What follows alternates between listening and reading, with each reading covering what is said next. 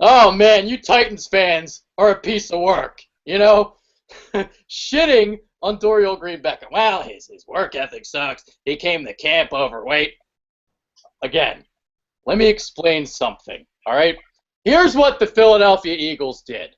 They took a turnstile at Lincoln Financial Field. They took that thing. They shipped it via UPS to Nashville, and you know what they got in return? They got Dorial Green Beckham. So you guys can shit on him all you want. You guys are in denial. It was a terrible trade by you guys. I am sorry. It was just like when the Eagles cut Deshaun Jackson. That's what it was. All right, let's start this show. Preseason week 2, Eagles shut out the Steelers 17-0. Preseason champs once again. What can I say? Mike Owens and Jeremy Burton are both here. How's it going, fellas? Just trying to stay awake here. Quite a boring game tonight. And, we didn't have Carson this time to keep everyone awake. So with Carson sidelined, there really wasn't much excitement during this game. Really, again, the positive things really coming from our defense. The defense creating turnovers again, and we'll get into it in this show. But, yeah, really, that's a positive thing coming out of this game is Jim Schwartz and this defense. Yeah, each game consistently proves how big an acquisition Jim Schwartz was getting in here on defense, and for the defense to just go like full tilt like right away and get the system real quick. They know what they're doing out there. They're making plays. 4 picks today. Saw Dorial for like 2 plays in the red zone, but Chase couldn't quite throw that fade route right. But that just shows what plans they have with Dorial. I mean, he is a huge red zone threat. Not much offensive love, but 1 touchdown drive by Daniel. Yeah, and I wanted to start with Dorial just real quickly before we get to the game, because there was a picture that surfaced prior to the game where he didn't look overweight at all, fellas. He looked pretty trim. He looked pretty lean to me. He looked like he was chiseled out of stone. And that's why I wanted to get to this point, because during the OTAs, right, as a reporter, as a football reporter, as an Eagles reporter myself for Philly Influencer, Mike is a sports writer as well. During that time of year, there is not much to talk about. So stories that are normally not stories become stories. And sometimes those things get overblown. And that's exactly what we saw with this Dorial Green Beckham overweight report. It's fucking bullshit. It's full of shit. Don't listen to it. That's why you don't listen to fucking reporters. Don't fucking do it. Don't do it. We're trying to get clicks. That's all it is. It's bullshit. That's all I got to say about that. Yeah, well, it's obvious that Green Beckham, he definitely wasn't eating cheesesteaks or drinking beers on his flight to Philadelphia, because he looked like he was in pretty good condition out there during warm-ups, and then we saw him brief time on the field during the game. But really, before the game even started, I said, if all else fails with Green Beckham, the main thing is that he's going to become a red zone threat for this team. And I think that Doug Peterson made a statement when he put Green Beckham out there in the red zone and threw a fade pass to him. And I think really that's how you're going to see him used. You're going to see him used heavily in the red zone, especially in the beginning of the season as he gets acquainted with the system. And he's got great height for it. So I think that's the type of player the Eagles are getting in Green Beckham, a guy that they can really utilize in the red zone with his height and his weight. And then, it was a great deal for the Eagles considering that we just had to ship away Dennis Kelly, who we all wanted out of here anyway. So the fact that we got a wide receiver, which we need desperately for, Dennis Kelly, he was an offensive lineman where we're lacking depth, but Dennis Kelly wasn't much of an offensive lineman here, so we weren't a fan of him. So I think it was a great trade for the Eagles. Oh, I know Adrian. You would have traded him for. Where's the? How about Nugget Nectar this time? Case of Nugget Nectar. Not even Oh, a case, dude. A sip. Mr. Sip. Yeah, Mm-hmm. it's unbelievable how we got him for Dennis Kelly, and yeah, like Mike said, we've been lacking in the red zone for past years. So I think along with Ertz, he's a big guy. Doriel in there, mix him up, and that's a great red zone threat that'll help us out. Yeah, and to like kind of clarify what I was saying earlier, sure, he might have come to OTAs overweight, but that's what the OTAs, that's what training camp's for, to get yourself back in shape. It's not hard to cut weight, guys. It's not at all. And that shit got so overblown. I couldn't believe the preposterousness from Titans fans. And I mean, they are so blinded by their organization's stupidity. They should read between the lines. They hired Mike Mularkey. That guy is a fucking joke. All right, I'm sorry. Okay, enough with the Titans. They're done. Bye. Okay, let's talk about this game. 4 turnovers in the first half. Obviously, a lot of good. They're forcing a lot of turnovers, but you can't expect this type of turnover total each and every week. So there are things that they do have to work on, actually, which is I'm being a little picky here, but they were kind of getting gashed just a little bit on the ground. They were Steelers were putting together some drives, but bend but don't break defense. They had 2 interceptions in the red zone, in the end zone. Yeah, I think that's the biggest thing with this defense is they were giving up some yards on the ground. Gap assignment is not quite there all the way yet, but the encouraging thing is they're bending but they're not breaking, and the red zone interceptions is that's really key for this team. So it kept the Steelers off of the board.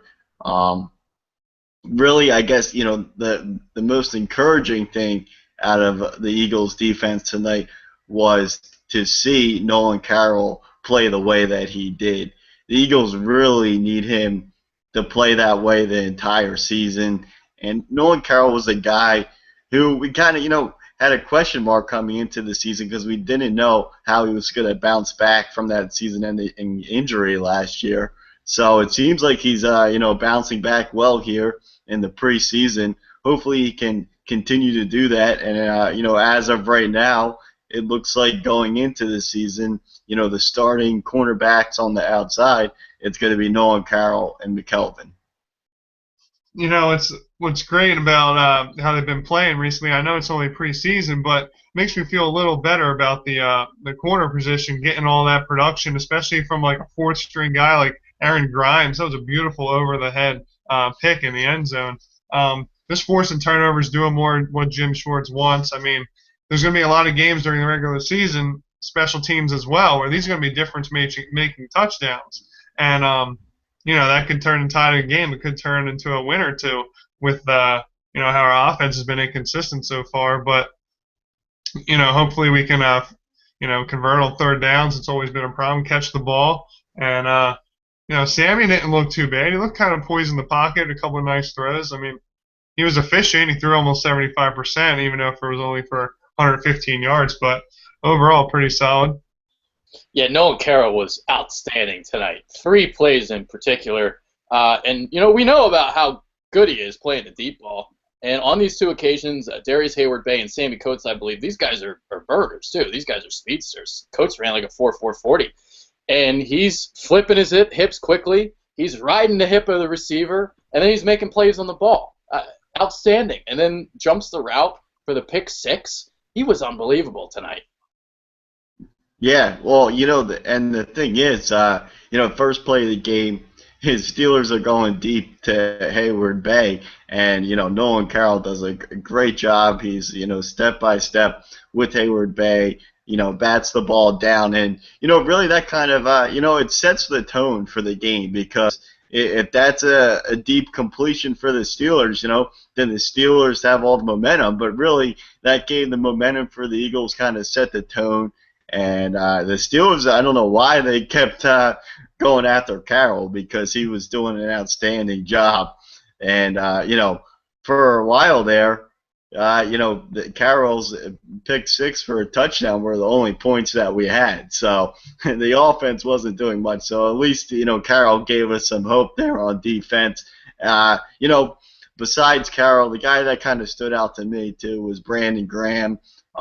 He had some bad plays and some good plays, but I think for the most part, it was mostly good from Brandon Graham. He took some bad angles, got into the backfield a bit too much on some plays, but he also made some nice plays and some good hits in the backfield. So I think that Brandon Graham is another guy. It was encouraging to see him play tonight. It was, like Mike said, a great tone setter when Nolan Carroll to start first play of the game just read it perfectly. I mean, he's making a statement right there. He should be the starter. And McKelvin and also Ron Brooks, obviously, I like the way they kind of they engage in the tackles. They're pretty physical corners.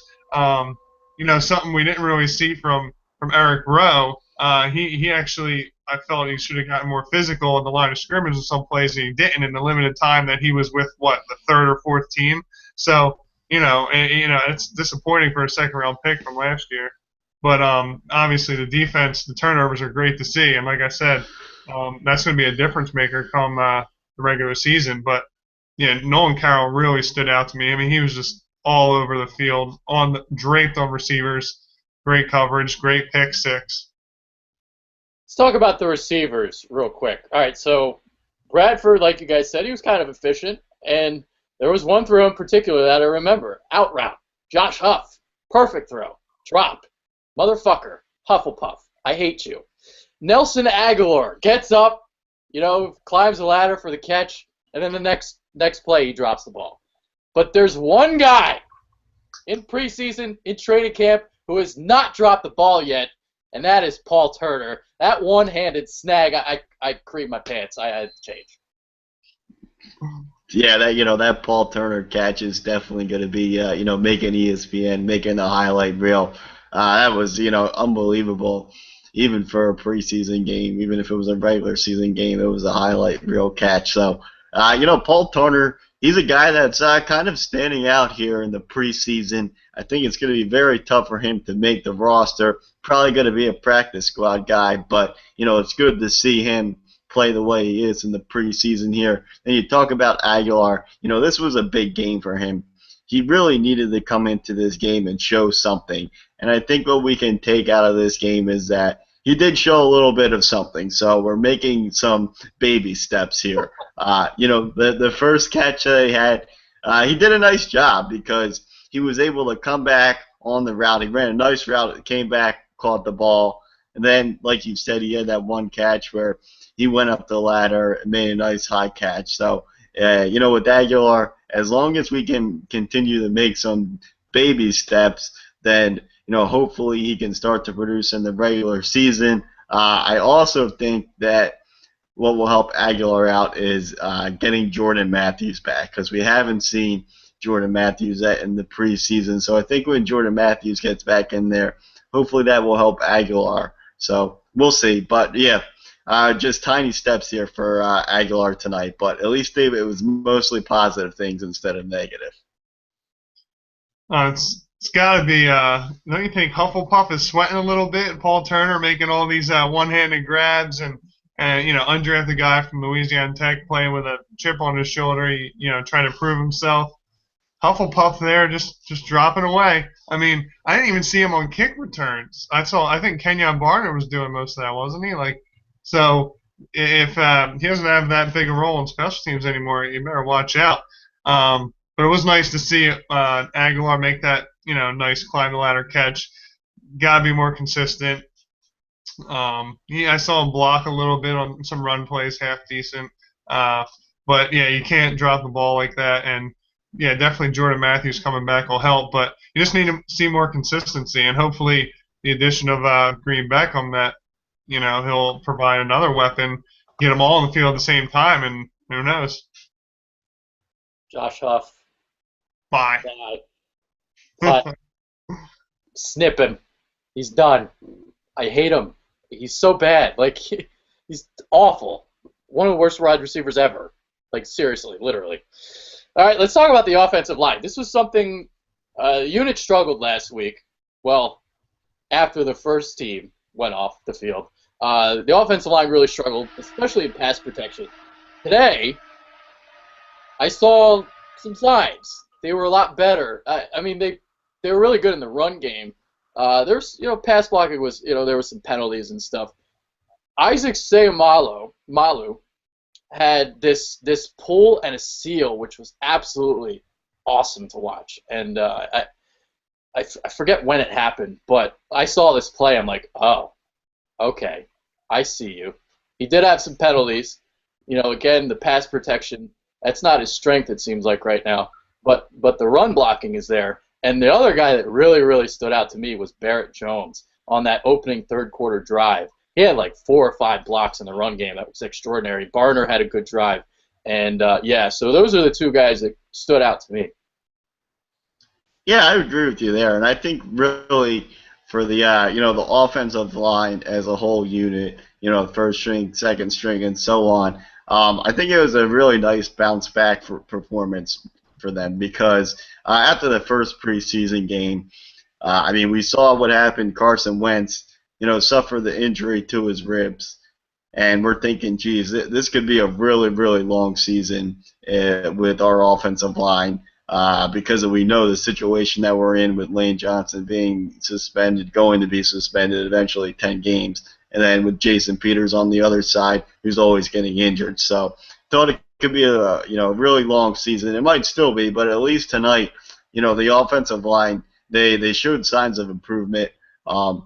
Sayamalu, I think he did a really nice job. He definitely improved from his performance last week, and this week he got the start at the left guard position, and then they had Alan Barber, starting at right tackle. So I think that the starting offensive line, they did a decent job considering that the spotlight was definitely on them after last week's performance. Do you think it could have been Sayamalu's Hawaiian fro? The thing was out to here. Maybe that helped him out. But that his run blocking was great. He did get beat on the inside once on a pass protection, and a couple penalties. But he's obviously beating out Chris Wisniewski, Stefan Wisniewski. We thought he was going to be potentially that left guard, but seems like Sayamalu is the favorite now. And the running game got really going with, like Adrian pointed out, Barrett Jones in the third quarter with Chase Daniel and Kenyon Barner running the ball. He had over 40 yards and Barner had a nice little cut inside the 5 that got him in the end zone. So, that's some signs. You're right, but it's still not the best unit since Lane Johnson's going to be out for 10 games. You saw him with the second team line, who's also on that drive. So I think that's a telling sign. Yeah, but the other thing to keep in mind too is there was a lot of 3-step drops tonight, so it was a quick passing game. So you can see that the O-line is a lot better and a lot more proficient run blocking than they are pass blocking, and they're kind of hiding those deficiencies by using the quick passing game. So what we saw tonight, this is what we're going to see during the regular season. Some other guys I thought stood out. I thought Josh Andrews, again, played really well. He was in that third quarter drive there with Jones. And Wisniewski was doing some sealing. There on that drive as well. So all those guys, lot of positive signs tonight on that O-line. Yeah, you're right. Especially, these backup O-linemen that you're talking about, I think these are the guys that really stepped up tonight. And I'm sure that Chase Daniel was happy about that, considering that last week Chase Daniel got absolutely annihilated by this, second-string offensive lineman's performance. So it was nice to see guys, like Barrett Jones step up, Wisniewski and Andrews. So, really a solid effort from the second-string O-line, considering how they played in the first preseason game. They missed one block on a blitz. He was untouched to Chase Daniel's face, staring down the barrel, and I think he dumped it off to Byron Marshall up the middle on a short little quick read. That was kind of nice to see Chase Daniel, take the hit. Definitely an improvement over his 4 for 10 performance last week where he was on his ass half the time. But overall, I think the offensive line did a good job, and so did the quarterbacks as well. It was crazy, man. These teams are blitzing in the preseason. What the fuck? Fucking Eagles are doing it. Bucks did it last week. Steelers are doing it. You usually don't see these sort of things. Speaking of blitzing, let's talk about the defensive line. Mike mentioned Brandon Graham earlier. Vinny Curry, we'll talk about him a little bit right now, too. I want to talk about Steven Means, actually, because that motherfucker is mean, and he's greater than Marcus Smith. Marcus Smith had a sack today, but when you're unblocked, I would hope that you can fucking get to the quarterback. Steven Means, for the second consecutive week, gets to the quarterback, forces an interception. This guy is making plays. He's getting into the backfield. I'm loving what I'm seeing. He is very, very quick. Today he did the quick little shoulder slap, and last week it was the quick spin move inside. The guy is fucking quick, and he has body control, and I like what I'm seeing out of him. Yeah, well, I mean, we've seen more out of Means than we've seen, during Marcus Smith during his whole tenure here in Philadelphia so far. So I think that really Eagles and you're trying to look at this, from down the road type of perspective. I think that you gotta, really think about keeping Means on this football team and cutting Marcus Smith, because I think that Means has shown more potential, through 2 preseason games so far, than Marcus Smith has already shown in over a year. So, yeah, I really like what I see with Means. I would like to see more of him. Marcus Smith, really, he wasn't blocked tonight. He goes into the backfield, gets a sack, and, he's like celebrating, popping champagne bottles. So, yeah, I'm definitely a bigger fan of Means at this point. It was funny. Whoever the third string Steelers quarterback was had a sandwich between Means and Smith that one sack. It was a sandwich. They came in on both ends.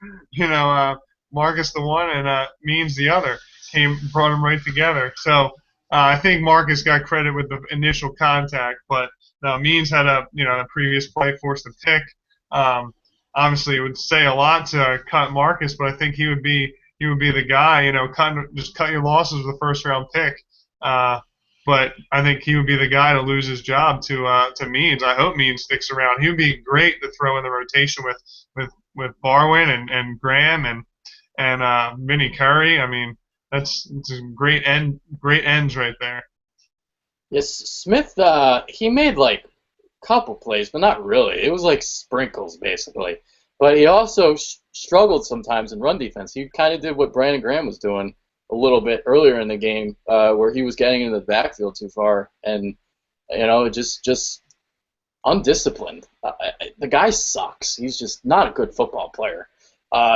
Now, Vinny Curry, I saw some positive signs out of him in terms of his run defense. Obviously, we know he can get after the quarterback, but run defense has always been kind of a weakness for him. But he did some solid, with his backside defending. Running down the line, chasing down some ball carriers. So I thought Vinny Curry was I'm not going to say great, but he was okay. Like playing the run, I mean. Yeah, no, I mean, I would agree with that. It was definitely good to see him, getting in the backfields and, making some plays against the run. And, obviously that's a part of the game that he really has to improve upon. But, I think as far as, getting after the quarterback, that's Vinny Curry's strength, and I think we're going to really see that throughout the whole season. That's why they kind of paid him the money that they did, is to, get after the quarterback and get the sack. So, but it is good to see, him improving that, their run defense. Yeah, and they still gave up. How many rushing yards did they give up on the night? It was only 78 yards, 50 yards. There was a couple drives where we let up the running back get some nice runs, but no, Curry, obviously that was his weakness in his game. So it's nice to see him block some holes there, and to go along. I mean, the defensive line is a great strong point in our defense with that depth there, and you talk about the eaters in the middle with Logan and Cox to go along with that rotation. I mean, it's a sexy rotation, isn't it? Oh, I play with myself. Shouldn't have said that. It's kind of disgusting. Okay. You know what was really funny before the game? Caleb Sturgis got a concussion Yeah. because a punt hit him in the head. I Uh, laughed. Jesus Christ, that was funny. All right. Any other guys that kind of stood out to you? Like, do you have any more names before we kind of get out of here? Yeah, I mean, this isn't a surprise or anything, but I thought that this was the first time that we really got a glimpse of how Peterson is going to be using Darren Sproles, and it's not a surprise that you're going to see Sproles really lined up all over the place in this offense. You saw him lined up at wide receiver. He goes out for a little quick out, gets a first down on 3rd and short. And really, with Sproles, he's such a mismatch in this offense that you're definitely going to see him on the field a ton on 3rd and short. Another guy that's interesting, you got to keep an eye on is Byron Marshall. He's a guy, he's seeing playing time right now because Wendell Smallwood, he can't make the field because his pecker is broken. So, his pecker's broken. He's not able to perform right now. So, Byron Marshall, we'll see. It's going to be tough for him to make the team because of really, so much depth at the running back position. But he's a guy with a lot of versatility and he's got a lot of speed. So he did some nice things tonight too. Yeah, one guy I liked. Well, obviously I mentioned quickly earlier, but Aaron Grimes with that beautiful pick in the back of the end zone, and that was a highlight grab, and so was Paul Turner's. But I liked the way Kenyon Barner ran the ball that third quarter drive, and he had that nice move in the inside the 5 to juke out for a touchdown. I mean, he's going to be the guy I think that will take the Ryan Matthews role if Ryan Matthews were to go down. So it's nice to see that Doug can just plug him in and he can be productive as well. You're still waiting to see that small wood of Wendell's. Dude, yeah, I thought he was going to play tonight, and he didn't play. That's a shame. I was really looking forward to seeing him play. I want to see that jump cutting, that one cut running type style, him out of the backfield a little bit, but didn't happen. And Sproles, man, he was lined up against Lawrence Timmons out there. I mean, if linebackers are going to be lining up against him out wide, he's going to make mincemeat of them. So, yeah, I mean, Timmons had good coverage on that play, kind of. I mean, he still caught the ball, but it kept Sproles in front of him for the 4-yard gain there. So yeah, I noticed that too. What Mike was saying. Other than that, I mean, I think we pretty much covered everybody. Aaron Grimes. I mean, that guy's been unbelievable during the summer. So, I mean, nothing more to really say about that. All right, final thoughts time. Anything? Anything else you guys got? Yeah, I mean, one other thing here. I was really interested there, end of the first half because, this went back to the, it's a whole clock management thing. We had problems with it with Andy Reid, and we've all been wondering if this is going to carry over with Peterson. But, from last week's game, tonight's game, seems like it has been a problem so far. Peterson's actually done a nice job with the clock. A great example of this tonight was, the Eagles, they got the ball back with, they had 35 seconds left in the half. They had the ball at their own 40-yard line, and they were able to work their way down the field. They got a long completion to Paul Turner, and they were able to get 3 points out of it. So, that's a positive sign. So it's good to see, that Peterson really hasn't had any issues with the, the clock management so far. Yeah, actually, with 2 minutes left in the first half, we had all 3 timeouts left. I was like, wow, okay. Well, any good, Doug. Now, it's only the preseason. Will that happen in the year at some point? Probably.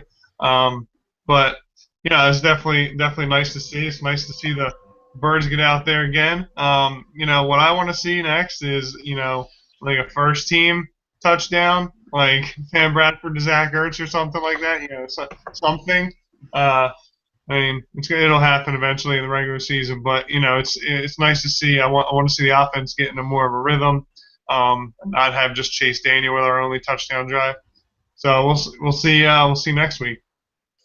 Yeah, The only thing I can really think of, something else to talk about.